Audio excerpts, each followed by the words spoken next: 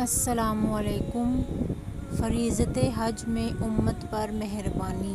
رسول اللہ صلی اللہ علیہ وآلہ وسلم نے ایک دن خطبہ دیا اور اس میں ارشاد فرمایا، اے لوگوں، اللہ نے تم پر حج فرض کیا ہے، لہٰذا حج ادا کرو۔ ایک شخص نے عرض کیا، یا رسول اللہ صلی اللہ علیہ وآلہ وسلم، کیا ہم پر ہر سال حج کرنا فرض ہے؟